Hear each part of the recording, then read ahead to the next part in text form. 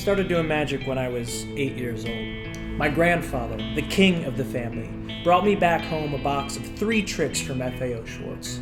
For 24/7, 365, I practiced those 3 tricks, and they became the start of a lifelong passion for me. The first trick that I learned was how to find 4 of a kind.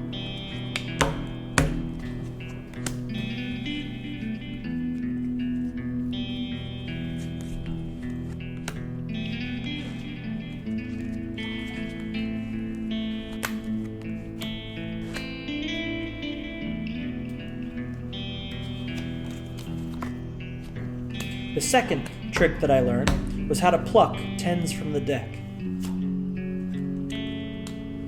The third trick that I learned was how to turn 6s into 9s.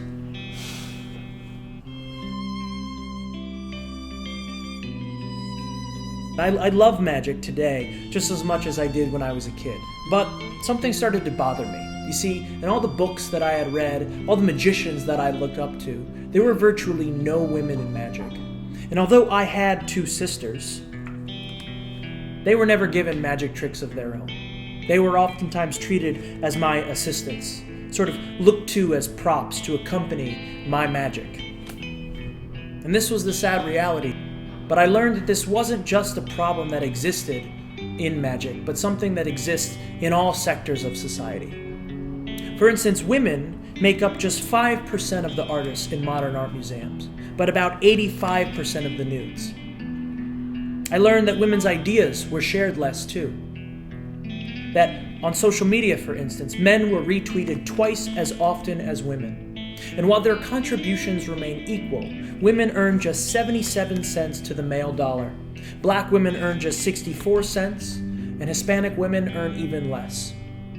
I learned that women-owned businesses, while they employ 35% more people than all the Fortune 500 companies combined, only 4 out of every 10 global companies in this world employ women at senior positions.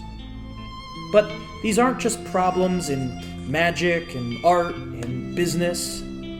These are problems that exist in every day in our society.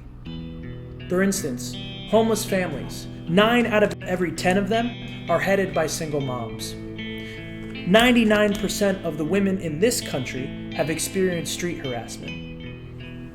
And 1 out of every 6 women has been the victim of attempted or completed rape. So, with a baby being born every 8 seconds into a world of increased love, diversity, and acceptance, I ask myself, how can 7 billion people still live like this? How can fathers and sons, and husbands and brothers not be doing more? At what point does complacency become complicity? I'm asking myself these questions now at 28 years of age, reflecting on myself and my grandfather before me. And I'm wondering, what can I do differently? How can I break this cycle? How can I take masculinity?